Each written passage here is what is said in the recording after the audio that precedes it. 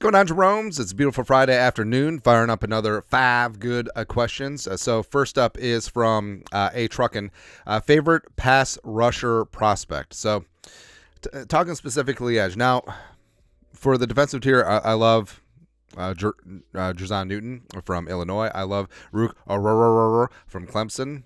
Definitely love his upside. But for the edge, two guys who could be in the vicinity for the Vikings at 11 because it's a good edge rusher class. It's not a tier 1.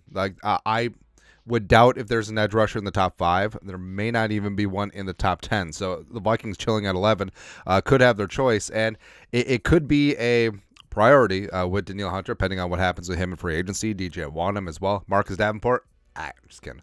But for me, the top 2 guys right now, day 2 crushes I have like Chop Robinson, which we'll get to. But for me, up at the top of the draft, if the Vikings go edge rusher, I think it comes down to Dallas Turner and Jared Verse. Now, Jared Verse, he's an older prospect. He's going to turn 24 in November. But part of that is he was originally at Albany. Hey, could you imagine, like, you're playing Albany, and it was like, well, who the hell plays Albany? I don't know, Villanova? And then all of a sudden you're lining up against Jared Verse. But he's 6'4", 260, 2-time first-team All-American, 60 pressures, 9 sacks, 12.5 tackles for loss, a big part of Florida State's 13-0 team. Now, a lot of people were shocked that he returned to Tallahassee after last season. I think that he would have been a first-round pick, probably towards the back end. Like, I think that him and Jermaine Johnson probably would have been about the same area. But Verse, to me, I like him a lot because I think he's a complete beast. But stylistically as well as schematically, I do think that Dallas Turner does get the nod here, even though I freaking love Jared Verse, man. Just like watching him, it's all heart, it's all hustle, man. But Turner, so he's 6'4", 242, 55 pressures, 10 sacks, 14.5 tackles for loss. He turns 21 on Groundhog's Day coming up on February 2nd. Consensus All-American, and he is a stand-up outside linebacker as opposed to Verse, who's more of a hand-of-the-dirt guy. Both of them, I think, could be versatile, but stepping in right away. Like, if the Vikings lose Danielle Hunter, I do think that Turner could step in from day one and be an absolute talisman on the edge. I think that he has that physicality as well as the upside. I think that he is just a freak in the making, man. Next, T-Money. Do you think Kevin O'Connell and Kwesi Adofo-Mensah are on the hot seat, seeing how well Green Bay and Detroit played has been playing? I think that the Wilfs have to start seeing some returns on this competitive rebuild. Now, you could chalk up this season to injuries, yes, but what it comes down to is that Green Bay seemingly has their quarterback of the future. Detroit has a good team. Jared Goff has a couple of years left in him. Maybe hookers are the future in Detroit. 3rd-round pick out of Tennessee, but you see that Brad Holmes has done a great job assembling roster talent, especially young talent. And the Packers are the youngest team in the league. Gutekunst has really filled things in well at the receiver room, as well as especially in that front 7. So, I mean, it's time. Ownership isn't blind. Like, they understand that the last 2 drafts, or the only 2 drafts under Kwesi, and with Kevin O'Connell, he 2022 was great, but it just seemed like game management-wise, functionality was just an issue at the end of some of the games towards the end of the season, where the Vikings dropped 6 out of 7 games. So, I mean, the Wilfs, they got to start seeing something in year 3, and we said this before. It actually might be a good thing that the Packers and the Lions have been taking off, because unless the Wilfs want to consistently battle the Bears for the bottom of the division, they got to get things going. And whether that's with Kwesi and Kevin O'Connell, great. If it has to be someone else, great. Well, either way, it's almost like an arms race. It's like the United States and Russia and their space programs going back and forth. Like, if one didn't have the other and they weren't pushing each other constantly, do we ever get to the moon? Or does Stanley Kubrick ever film us going to the moon? I don't know. Either way, it could be a good thing. Whereas if you're in a milquetoast division with 3 slappies, could you be happy just going like 9-8, 8-9 to win the division? Sure. But the fact that you're probably going to need double-digit 12, 13 wins to be competitive in the NFC North for a while, you got to step up your A game, man. Dylan Moeller-Hauer With Harrison Smith likely gone, do you think the Vikings should look at signing Antoine Winfield Jr.? So Winfield, all pro, all world, all everything, man. Now the Bucs are, I'm sure, going to try and do their best to keep him, franchise tag him, give him the money that he deserves. But Vikings fans always talk about, well, the Vikings could have had Kyle Hamilton. The Vikings literally could have had Antoine Winfield Jr. at the back end of the 2020 draft. Now, of course, that was a draft where they took JJ at 22, but remember they had 22 and 25. They eventually traded down with San Francisco, who took Brandon Ayuk, who worked out pretty well. But the Vikings, they needed defensive back help, and they took Jeff Gladney, rest in power. Didn't quite work out here, but with Winfield, Winfield was right in the backyard.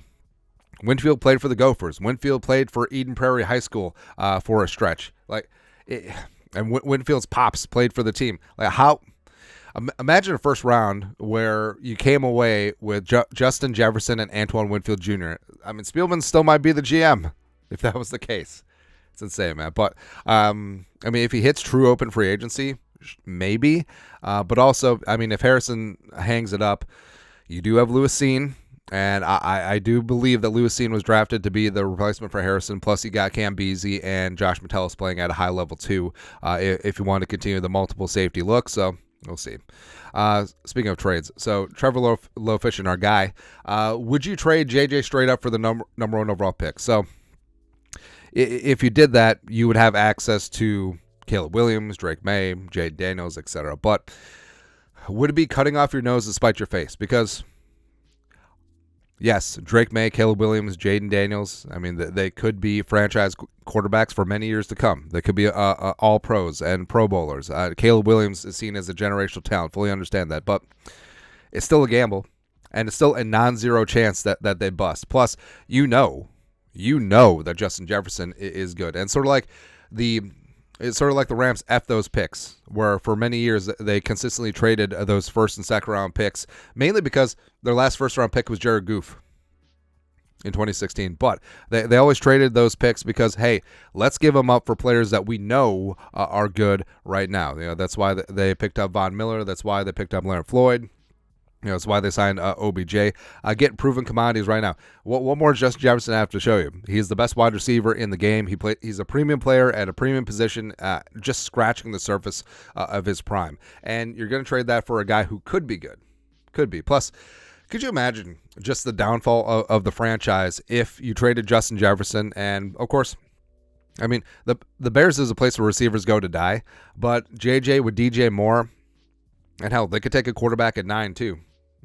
Or roll with Justin Fields. And then all of a sudden, JJ continues to be the best wide receiver in the game, and you have to play him twice a year. Plus, you know how JJ rolls. He doesn't forget, and he's uber competitive. So twice a year, you're going to have a pissed off Justin Jefferson looking to rip your hat out and show it to you while it's still beating, and he'll probably go for 18 catches for 300 yards and 3 touchdowns twice a year. You're going to do that? And what if that quarterback busts? But also, the Bears would never do that trade just on the off chance that the quarterback is good, and then you would have given your divisional rival the future franchise quarterback. So, nah, I don't see it happening. So I don't see the Vikings trading up unless it's 3, because I think Washington's going to stick and pick or move up. But Patriots at 3, who knows? Move up to 3 and take Marvin Harrison Jr. Something like that. Lastly, Elite Draco. What's your thoughts on Wolves postseason run? Which player will be the best in the postseason for the Wolves? And your thoughts on Wolves versus Celtics finals. So, Wolves Celtics finals would be fantastic. And yeah, going back to that Wolves game that they blew in Boston, where it was frustrating because it was the last of a back-to-back. Also the last of a 16-game murderer's row stretch. And they sat Conley, they sat Gobert, more for just veteran rest. I think they listed Gobert with a hip. But, the Wolves had a 9-point lead with 2.5 minutes left. Went to overtime, then they just got blown out in overtime. And it really was just a young team just being situationally unaware in situational basketball at the end of games. And just sort of is what it is. It was a learning experience, and Boston is really effing good. Tatum and Brown fit together fantastically. Although then they got blown up by 70. the next game because they're like, oh, yeah, we shot our emotional wad. We're done. And also, Al Horford is one of the best passing big men in the post. So, I mean, it's going to be tough. Boston is really friggin' good. But the Wolves, I love what the Wolves have done. Plus, having your stars locked up for the next couple of years is great. I do think that Anthony Edwards is going to be one of the true superstars in this league. I think that he is Jordan-esque with the way that he can take over a game. But also, I think that he's a little bit Jordan-esque in young Jordan, where young Jordan always called his teammates his supporting cast, which is probably not good. And that was a knock on MJ. I mean, he didn't win a title for his first 7 years because it was him versus the world. And every single game would be Jordan scores 40, but the Wolves lose by 10 against quality opponents. And with the Wolves, I feel like their offense has been very helter-skelter at times. They're just trying to find a flow and identity. Sometimes I feel like Edwards is too much of a ball stopper, especially in the second half, where he tries to play hero ball and he has too many bad turnovers. I was like, a Minnesota sports team plagued by bad turnovers and poor officiating. Yeah, that's exactly how we roll, man. But I do think that you can have the best of both worlds. I think that there will be spots at end of games where Edwards needs to take over, and he's done that. I think Cat is. You do have to respect Cat because it's obvious that he has an ego, but he set that aside for the good of the team, and Cat's probably having his best season as a pro. I love Mike Conley as. Oh, I was going to forget, Mike Conley was on Ohio State with Greg Oden.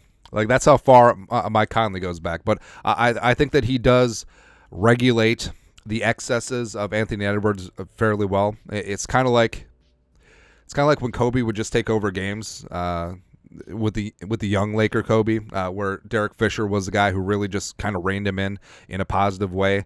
But I mean, Gobert is the best defensive center in the game.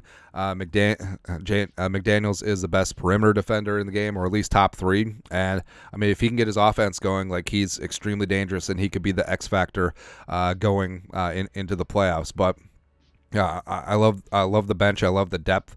Naz frickin' Reid is Naz Reid, but which his defense is a little bit better. But of course, him and his offensive spark is, second to none. I like that Naz playing some positive minutes and getting some good run. Kyle Anderson. Kyle, I'm trying to explain Kyle Anderson, and I really can't. He's either the best worst player or the worst best player. It's really hard to explain. I don't know, man, but I do think that Finch has a great nucleus here, and they have that. They've been the number 1 seed in the West since November for a reason, and they're the best defensive team in the NBA. Offensively, they can get theirs. I would just like to see it be more consistent. But once things get into flow, this team is going to be dangerous for many years to come. Could they hit a one-time this year? I think it's certainly possible. Who necessarily scares you in the West? The Nuggets, not really. The Clippers, they took care of LA recently. I think the Thunder, I think would cause the most matchup issues, but in a 7-game series, 4 at home, who knows, man. But I do believe in this team, and I love that Edwards just straight out came out and said, I want to win a championship this year. That's the goal. And us Minnesota sports fans, we're not used to that. We're not used to just going for the pin and just going for it, man. But they're a fun team to watch, and I think it's something that is very sustainable. And yes, they do have the easiest remaining schedule in the league, or top 2 or something like that. But I feel like the Murderers row of 16 games was kind of good because it was basically playoff basketball, and they're going to have to get smarter at end-of-game situations, as evidenced by that Celtics game. But, they're a fun team to root for. Edwards is a true superstar, but also I think that it's a spot where Cat is going to have to step up and have a couple 30-point playoff games and just really be that dude. But also I like the Gobert's offense has come around. Anyways, that's it. Long story longer. 5 good questions. You guys are the best. You know what to do. Skull production value.